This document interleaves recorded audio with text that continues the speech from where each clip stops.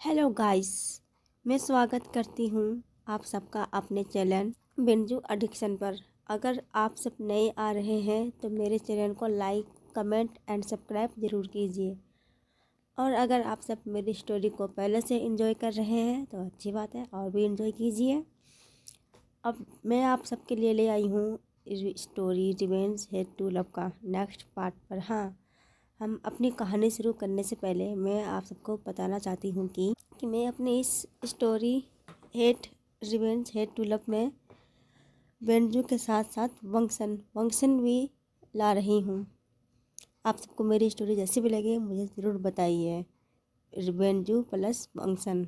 उम्मीद है कि आप सबको मेरी स्टोरी पसंद आएगी। पसंद आए तो लाइक, कमेंट एंड सब्सक्राइब ज़रूर कीजिए। हाँ, मैं आप सबको बताना चाहती हूँ कि अगर आप सबने मेरी स्टोरी पहले का नहीं सुने हैं तो जाइए पहले उन पार्टों को सुन लीजिए, उसके बाद ही आप सबको मेरी आगे की स्टोरी समझ में आएगी। आइए अब अधिक बकवास नहीं करते हुए हम अपनी स्टोरी शुरू करते हैं। रिवेंज हेट टू लव का नेक्स्ट पार्ट। हम एक कॉलेज ग्राउंड का सीन देखते हैं जहाँ कुछ लड़के फुटबॉल खेल रहे थे। तभी उनमें से एक लड़के का फुटबॉल, हाँ मैं क्या, आप मेरे शब्दों में मत आना, मेरे शब्द बहुत ख़राब है, फिर भी मैं स्टोरी शेयर कर रही हूँ। बहुत अजीब बात है ये। तभी बॉल उछल के जाकर सीधे एक लड़के को लगता है और वह लड़का ड्राम से ज़मीन पर गिर जाता है। हम अपनी स्टोरी या अपनी कहानी 8 साल बाद का स्टोरी शुरू करते हैं, जहाँ एक कॉलेज का सीन दिखाया जाता है, जहाँ उस कॉलेज के ग्राउंड में कुछ लड़के फुटबॉल खेल रहे थे। तभी फुटबॉल उछल कर जाकर सीधे एक लड़के को हिट होती है और वह लड़का ड्राम से नीचे गिर जाता है। तभी हम वहाँ से एक दूसरे लड़के को आते हुए देखते हैं जो फुटबॉल में से ही फुटबॉल खेल रहा था। उनमें से एक लड़का उस लड़के की ओर आता है जो लड़का ज़मीन में गिरा हुआ था फुटबॉल से चोट खाकर। वह दूसरा लड़का उस लड़के के पास जाके बैठता है जो लड़का नीचे ज़मीन पर गिरा हुआ था, और वह लड़का जो उस गिरे हुए लड़के को ना उठाकर अपने उस फुटबॉल को उठाता है और चेक करता है कि फुटबॉल को कहीं लगी तो नहीं और कहता है, आह अच्छा हुआ मेरा फुटबॉल कहीं से गंदा नहीं हो गया। वह दूसरा लड़का सिर्फ उस पहले लड़के की ओर देखते रहता है जो फुटबॉल को उठाकर उसे चेक कर रहा था। वह दूसरा लड़का कहता है कि जी, आप ये फुटबॉल को क्यों देख रहे हैं? गिरा तो मैं था, आप मुझे उठाने की जगह, मुझसे देखने की जगह आप उस फुटबॉल को देख रहे हैं। ये तो गलत बात है ना। यह सुन वह पहला लड़का उस दूसरे लड़के की ओर देखता है, और देखता है तो बस एक क्रीपी और एक फ़नी स्माइल देता है और कहता है, तुम एक भोंदू भोंदू हमारे इस हाई फाई कॉलेज में क्या कर रहा है? तुम्हें पता है ना कि ये कॉलेज तुम्हारे जैसे भोंदू के लिए नहीं है। तुम्हारी यह हालत कैसी है? क्या तुम इस कॉलेज के लिए हो भी या कहीं किसी ऐसे ही रैंडम कॉलेज के लिए हो? वह दूसरा लड़का कहता है, जी आप क्या बात कर रहे हैं? क्या कमी है हम पर? हम इतने अच्छे तो दिख रहे हैं। वह पहला लड़का और भी उसकी बात सुनकर और भी ज़ोर से हंसने लगता है और कहता है, तुम खुद को अच्छा कह रहे हो, जरा देखो अपने आपको आईने में। आँखों में ये मोटे मोटे चश्मे और यूँ बाल देखो कैसे सेट किए हुए तेल, और हाथ में बाल में कितना तेल लगाया है। तुम कॉलेज आए हो, कहाँ पर आए हो? अरे कपड़े का स्टाइल, कैसा स्टाइल है कपड़ों का, ढीला ढाला। तुम फनी लग रहे हो, जोकर लग रहे हो। और तुम इस कॉलेज में आ कैसे गए पढ़ने के लिए इतना भोंदू बनकर? पहला लड़का उस दूसरे लड़के के पास जाकर बैठता है जो लड़का नीचे ज़मीन पर गिरा हुआ था, और अब उस लड़के को ना उठाते हुए अपने बॉल को उठाकर चेक करता है और कहता है, आह अच्छा हुआ मेरी बॉल कहीं से गंदा नहीं हुई। वह दूसरा लड़का उस पहले लड़के की बस शक्ल ही देखता रह जाता है और अपने मन में कहता है, गिरा तो मैं हूँ, चोट मुझे लगी है। और वह चेक अपने बॉल को कर रहा है, बस वह कुछ नहीं कहता और उस पहले लड़के की ओर देखता रहता है। और वह पहला लड़का अपने बॉल को उठाकर वहाँ से चलने लगता है। तभी उस लड़के को आवाज़ आती है, रुको। वह पहला लड़का जब पीछे की ओर देखता है और कहता है, तुमने मुझे कहा? वह नीचे गिरा हुआ लड़का कहता है, हाँ क्या यहाँ कोई और है? मैं आपसे ही कह रहा हूँ। कहता है हाँ। फिर वह लड़का उसकी ओर देखता है, उस गिरे हुए लड़के की ओर देखता है, एक अजीब सा चेहरा बनाता है और ज़ोर ज़ोर से हंसने लगता है उसे देखकर। नीचे गिरा हुआ लड़का उस लड़के को हंसता हुआ देख अपना मुंह बनाता है और कहता है, तुम मुझे, एक तो तुम्हारे फुटबॉल से मुझे हिट हुआ और मुझे चोट लग गई, और आप मुझसे उठाने की जगह, मुझसे माफ़ी मांगने की जगह आप मेरे ऊपर हंस रहे हैं। ये कैसी बात हुई? और तो और तुम मुझसे माफ़ी मांगने की जगह आपने उस फुटबॉल को उठा के उसे चेक कर रहे हो और उस फुटबॉल को लेकर यहाँ से जा रहे हो। ऐसा भी नहीं कि आप मुझे यहाँ से उठा लो, मैं नीचे गिरा पड़ा हूँ तो। क्या तुम्हें शर्म नहीं आती है? पहला लड़का अपने हंसी को रोकता है और उस नीचे गिरे हुए लड़के के पास जाकर बैठता है उसके सामने, और एक हल्की सी मुस्कान के साथ कहता है, तुम्हारा नाम क्या है और क्या तुम इस कॉलेज में नए हो? नहीं, नए तो हो पर तुम इस कॉलेज के नहीं हो, क्योंकि इस एडमिशन डेट तो निकल चुका है। तो क्या तुम यहाँ एक ट्रांसफर स्टूडेंट हो जो किसी और कॉलेज से यहाँ पे आए हो पढ़ने के लिए? वह गिरा हुआ लड़का कहता है, जी हाँ, हम एक ट्रांसफर स्टूडेंट हैं जो किसी दूसरे स्कूल से यहाँ ट्रांसफर हुए हैं और हमारा नाम लैन वांगजी है। पर तुमने मुझसे मेरा नाम क्यों पूछा और मुझे उठाया क्यों नहीं अब तक? वह पहला लड़का कहता है, देखो, तुमने मेरे से यहाँ बैठे बैठे इतनी बकवासी कर ली है और तुम अब भी मेरे से बकवासी कर रहे हो। इतनी देर में तुम खुद उठ के यहाँ से अपने क्लास में जा चुके होते, पर नहीं, तुम्हें तो यहाँ बैठ के मेरे से बकवास करनी है, मुझे हाथ माथा मारना है और मेरे साथ बहस करना है। तुम यहीं बैठे बैठे बहस करो, मैं जा रहा हूँ अपने इस फुटबॉल को लेकर। मेरे पास इतना समय नहीं है कि मैं तुम्हारे साथ इतनी सारी बहस कर सकूँ। तो यहाँ बैठे बैठे बस ज़मीन को देखते रहो। यह कहकर वह पहला लड़का अपने फुटबॉल को लेकर वहाँ से चला जाता है अपने ग्रुप के पास। वह नीचे गिरा हुआ लड़का उस पहले लड़के को बस जाता हुआ देखता ही रह जाता है और फिर खुद उठकर अपने क्लास में जाने लगता है और कहता है, हाँ, कैसा कॉलेज है ये, और पहले दिन ही मेरे साथ क्या हो गया। और कहता है, लान वांग जी, तुम्हारा कुछ नहीं हो सकता इस कॉलेज में भी। देखते हैं यहाँ का कॉलेज मेरे लिए कैसे जाता है। वह पहला लड़का अपने ग्रुप के पास जाके फिर से कहता है, चलो अब हम फिर से फुटबॉल खेलते हैं।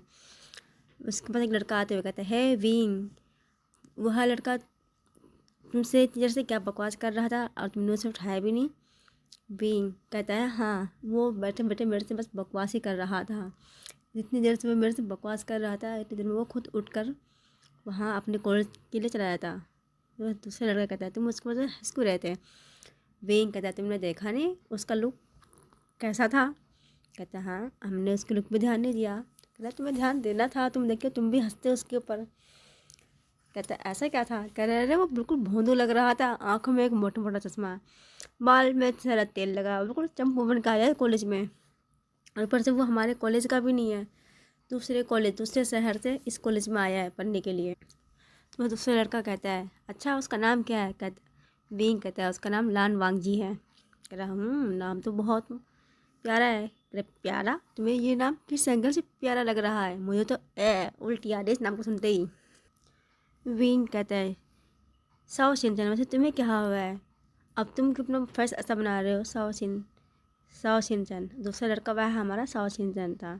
साओ शिनचैन कहता है, विंग, तुम आजकल कुछ ज़्यादा ही वो नहीं हो रहे हो? विंग कहता है, हाँ, क्या हो रहा हूँ? साओ शिनचैन कहता है, वो विंग कहता है, वो क्या होता है? साओ शिनचैन कहता है, तुम बहुत ज़्यादा क्यूट हो रहे हो आजकल। विंग कहता है, हाँ, वो तो मैं क्यूट, आखिर पूरा कॉलेज तो मुझे में मरता है। साओ शिनचैन कहता है, हाँ, और मुझे लगता है वो लड़का भी कह रहे ना, वो लड़का है इतना बेकार है, उसके में बोलो ही मत।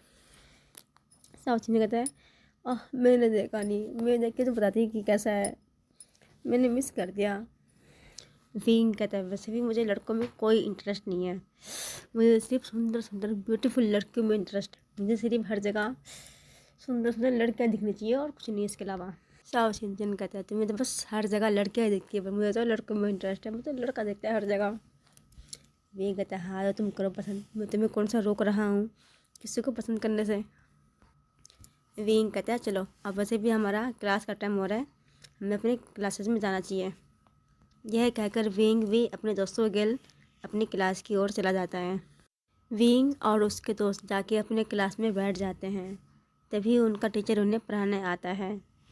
और टीचर कहता है अब तुम सब अपने आज का किताब निकाल लो। जैसे ही टीचर उन लोग को पढ़ाने जाता है वैसे ही क्लास के बाहर प्रिंसिपल खड़े होते, अंदर आते हुए कहते हैं, हेलो बच्चों, तुम सब कैसे हो। बच्चे भी उसे हेलो का जवाब देते हैं और कहते हैं, प्रिंसिपल कहता है कि आज तुम्हारे क्लास में एक नया बच्चा और आया है जो दूसरे शहर से हमारे स्कूल में आया ट्रांसफॉर्म होकर। आई होप कि तुम सब उससे मिलोगे, उसके साथ अच्छे दोस्त, बाकी दोस्तों को जैसे मानते हो अपने क्लासमेट को वैसे उसे भी रखोगे। यह कहकर प्रिंसिपल आवाज़ देते हैं और क्लास में एक लड़के की एंट्री होती है, जिसे देखकर विंग कहता है, ये चंपू यहाँ क्या कर रहा है। स्वयं साउथ इंडियन कहता है, चंपू। वो भी देखता है, कहता है, हाँ ये क्या है, आंखों में इतने मोटे मोटे चश्मे, मानो ये कॉलेज का नहीं, पता नहीं किसी छोटे स्कूल का बच्चा लग रहा हो। सर में इतना तेल और कपड़े मानो को यूनिफॉर्म पहन रखा हो। ओ ब्रो, ये क्या है, क्या पीस है ये। विंग कहता है, हाँ मैंने तो कहा था कि ये एक नंबर 1 पीस है, जिसे देखो और चाहो तो तुम इससे अपना बॉयफ्रेंड बना सकते हो। साउथ इंडियन कहते हैं, ना बाबा ना, मेरे दिन इतने ख़राब नहीं आए हैं कि मैं चंपू का अपना बॉयफ्रेंड बनाऊंगा। विंग कहते हैं, ना तुम्हें तो बहुत पसंद है लड़के, तो तुम जैसे मिलना चाह रहे थे और कह रहे थे कि मुझे तो मिलना है उस लड़के से, लो मिलो और बनाओ बॉयफ्रेंड। प्रिंसिपल कहते हैं, हाँ हाँ तुम बच्चे क्या बात कर रहे हो। विंग और साउथ इंडियन चुप और कहते हैं, सर हम तो बस अपनी पढ़ाई की रिकॉर्डिंग ही बात कर रहे थे। प्रिंसिपल कहता है, हाँ पढ़ाई करना अच्छी बात है, लेकिन अभी तुम्हारे क्लास में मैं तुम्हारे सामने खड़ा हूँ और तुम मेरे आगे है ऐसी। विंग कहता है, सॉरी सर। साउथ इंडियन भी। तो प्रिंसिपल कहता है, ठीक है, ये तुम्हारा आज से नया क्लासमेट है। आई होप कि तुम सब इसे भी अपने साथ अपने दोस्त बनाओगे और इसके पढ़ाई में मदद करोगे। ये कहता है, इसका नाम लानवांग है। लानवांग, तुम जाओ इन बच्चों को अपना नाम और अपना पहचान दो। लानवांग क्लास के सामने खड़ा होता है, कहता है, हेलो गाइस, मेरा नाम लानवांग है और मैं पहले अपनी पढ़ाई ऑस्ट्रेलिया में कर रहा था, पर अब वहाँ से ट्रांसफर होकर यहाँ आया हूँ अपने देश, अपने शहर चाइना में पढ़ने के लिए, शंघाई। और अब मैं अपनी आगे की पढ़ाई यहाँ पूरी करूँगा। उम्मीद है कि आप सबको मेरा साथ अच्छा लगेगा और हम सब एक अच्छे क्लासमेट की तरह साथ बैठ के पढ़ेंगे। विंग उसे देखते मुँह बनाता है, कहता है, हाँ चंपू, इसके साथ बैठ के पढ़ूँगा, कभी नहीं। लानवांग थोड़ा विंग की ओर देखता है, फिर अपनी नज़रें कहीं और फेर लेता है। टीचर कहते, जाओ अपनी सीट में जाके बैठ जाओ। लानवांग जाता है और देखता है कि सीट विंग के पास ही खाली है, तो जाके उसी के पास बैठ जाता है। विंग उसे देखता है कि वो उसी की ओर आ रहा है, कह रहे, हे तुम यहाँ कहाँ बैठ रहे हो, जाके कहीं और बैठो।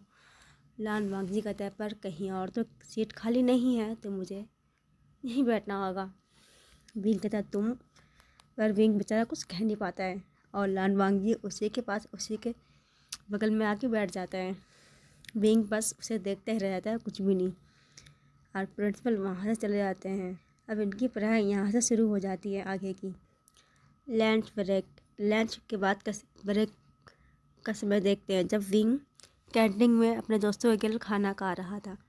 जब लानवांग भी अपना खाना लेकर उन्हीं के पास आके बैठ जाता है। विंग कहता है, हे चंपू, तुम यहाँ कहाँ बैठ रहे हो। लानवांग कहता है, देखो मैं यहाँ किसी को नहीं जानता और मैं यहाँ नया हूँ, तो मैं तुमसे ही मिला, तुमने मेरी मदद तो की नहीं, इसलिए सोचा मैं तुम्हारे साथ ही बैठ जाऊँ खाना खाने के लिए। विंग कहता है, तुम चंपू इंसान, यहाँ से उठो और जाके कहीं और बैठो, यहाँ हम और अपने दोस्त के साथ बैठे हुए हैं, तुम्हारी यहाँ ज़रूरत नहीं है। लानवांग कहता है, देखो अपने क्लासमेट से ऐसे बात नहीं करते हैं, देखो आखिर में हूँ तो तुम्हारा क्लासमेट ही ना। विंग कहता है, हो तो क्या करूँ मैं, हो तो जाके कहीं और बैठो ना फिर। लानवांग कहते, पर देखो ना यहाँ कैंटीन में सारे सीट भरा हुआ है, मैं कहाँ बैठूँगा। विंग कहता है, कहीं भी बैठो, मुझे क्या। लानवांग बेचारा कुछ नहीं कहता और अपना खाना खाना क्या। विंग कहता है, हाँ तुम ऐसे नहीं जाओगे। विंग कहता है, जाओ यहाँ से। लानवांग कहता है, तुम मुझसे ऐसे चीट क्यों रहे हो, मैंने तुम्हारा क्या बिगाड़ा है, बल्कि तुमने मुझे चोट दी है आते ही। विंग कहता है, तो मैं क्या करूँ, तुमने चोट खाई है तो।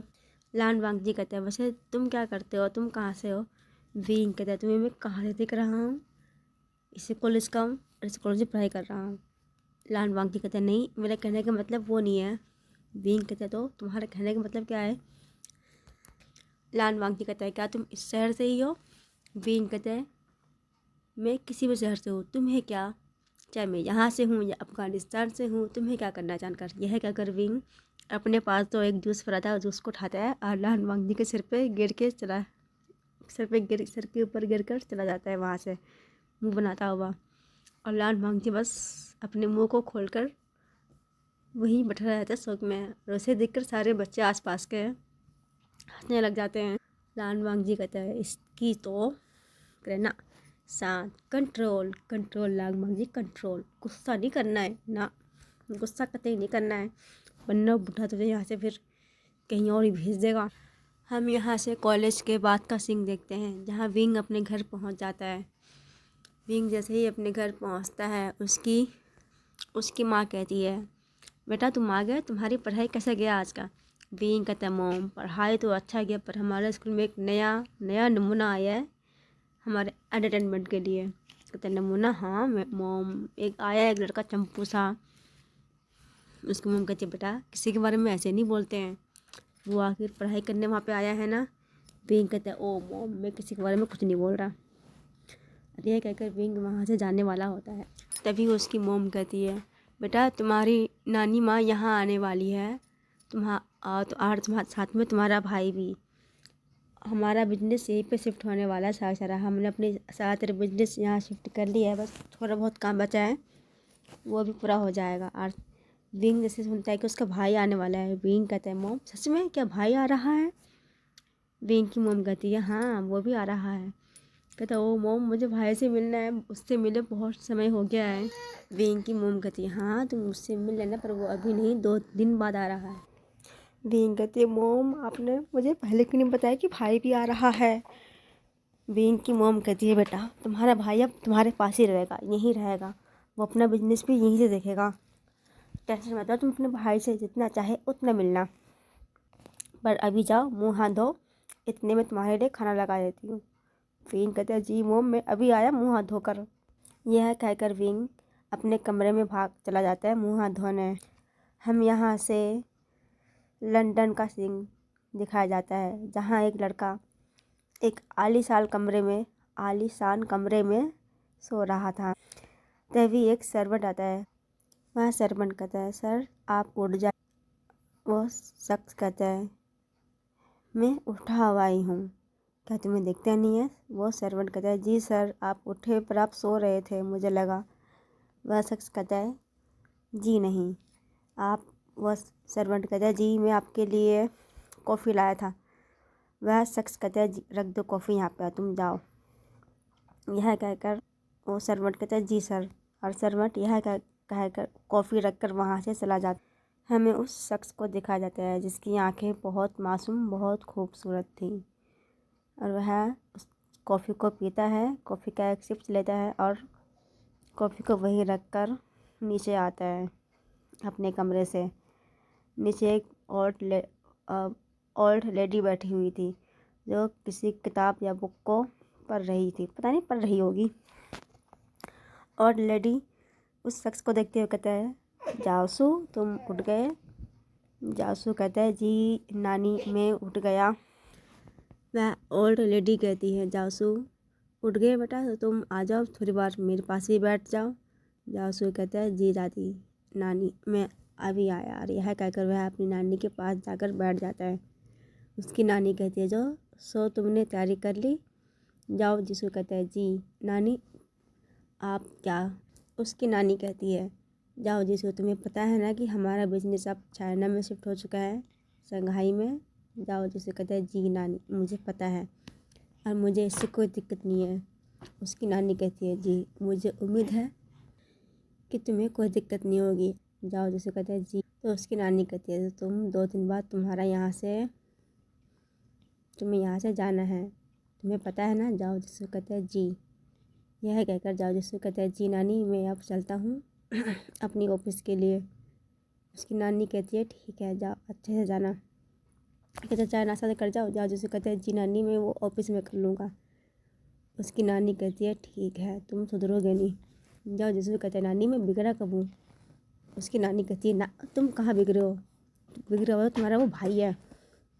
जाओ जिसको कहते हैं नानी वो बच्चा है।